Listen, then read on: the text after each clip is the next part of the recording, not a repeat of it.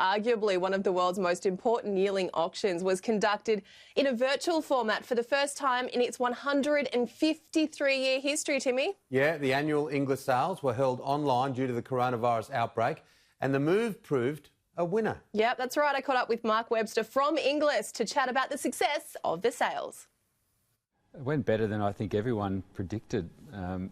Look, it was all a bit of trepidation going into the Easter sale last week. Typically we would have a couple of thousand people here, where I'm sitting at the moment. There'd be dining tables, people enjoying champagne and the offering from the buffet, horses parading in the sale ring and out the back.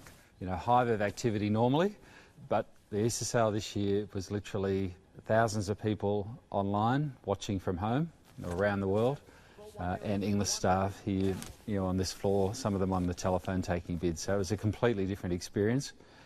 But, I'm really happy with the results. How much trepidation was there heading into this, because it hadn't been done before? Look, it hadn't been done before, and not everybody was a supporter. Let's be fair, some people didn't want to support the sale and pulled out, and others decided to give it a go in the absence of any other alternative. There had been proposals to delay the sale and maybe run it in July or something like that. But noting two-year-old racing here in Australia starts September, October. If we're selling the yearlings in July, it's a little difficult to get them ready in time. So look, we made the call to go early, to take as many vendors with us as possible, and with that we were able to offer 350 yearlings instead of the normal 514 or so. And so far we've sold near on 230 of those at an average price of $310,000.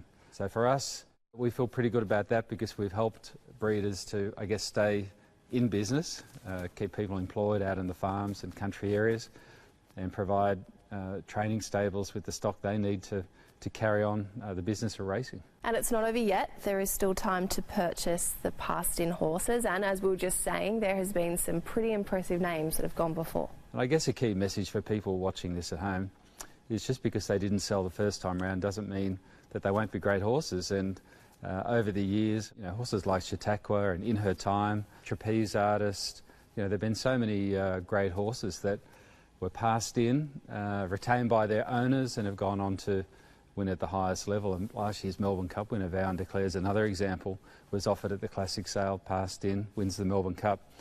So don't be put off by them being passed in. We've got 30 days to sell them here at Inglis, and people can go to the Inglis website and click on the Easter sale and make an offer really on any of them. Do you think Inglis has shown other auction houses across the world that this can now be done? Look, I think we've shown there's a way to do it.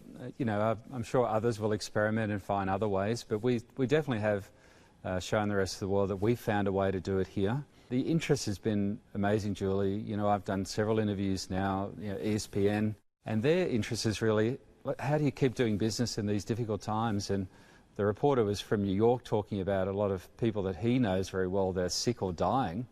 He said they wanted a good news story, and that's why they wanted to cover what was happening down here in Australia, because in North America there are no online auctions at all. They've just cancelled all sales across North America, and perhaps they might be rethinking that it might have been a little too premature to cancel, and there's another way to do it. And what about your top-selling yearling?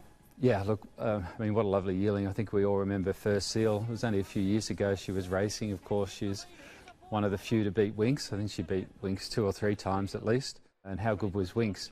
But we had her first foal, a Schnitzel colt, offered by Sledmere on behalf of the China Horse Club, and $1.8 million. Wow, what an incredible sale. Just absolutely delighted that we could reach that level. I didn't think we'd sell any yearlings at $1 million, but we sold 7 at $1 million or more, and 1.8 is the top. Yeah, I nearly fell off my chair when that happened. What is next for Inglis? Talk to us about the chairman's sale. Yeah, well, we're Gluttons for Punishment. We're carrying on. We've released the chairman's sale catalogue, and for people who are not familiar with it, the chairman's sale is something we started a few years ago, and it is really top-end breeding prospects, so brood mares that are already in production mode, and also fillies and mares off the track. We've got a wonderful array of mares in that catalogue that's been released on the Inglis website. No particular order, but Unforgotten, a Group 1 winning, Oaks winning Fastnet Rock mare. She's one of the headline acts. In Her Time is still racing, but will be in the auction on the 8th of May. Youngstar, of course, owned by a syndicate, but Arthur Inglis, close to us, of course, selling her to the market. You know, there's just so many lovely mares to offer up. That catalogue's online, but we will accept wildcard entries, or what we call wildcard, sort of a fancy word for supplementary entries into that sale. So anyone who's got a filly or a mare that's good enough, if they reach out to us by April 24, they can make that sale. In terms of the format for the chairman's sale, what can we expect? Well, if it's not broken, don't fix it. So we're using the format that we used for Easter this year. So it'll be a virtual format.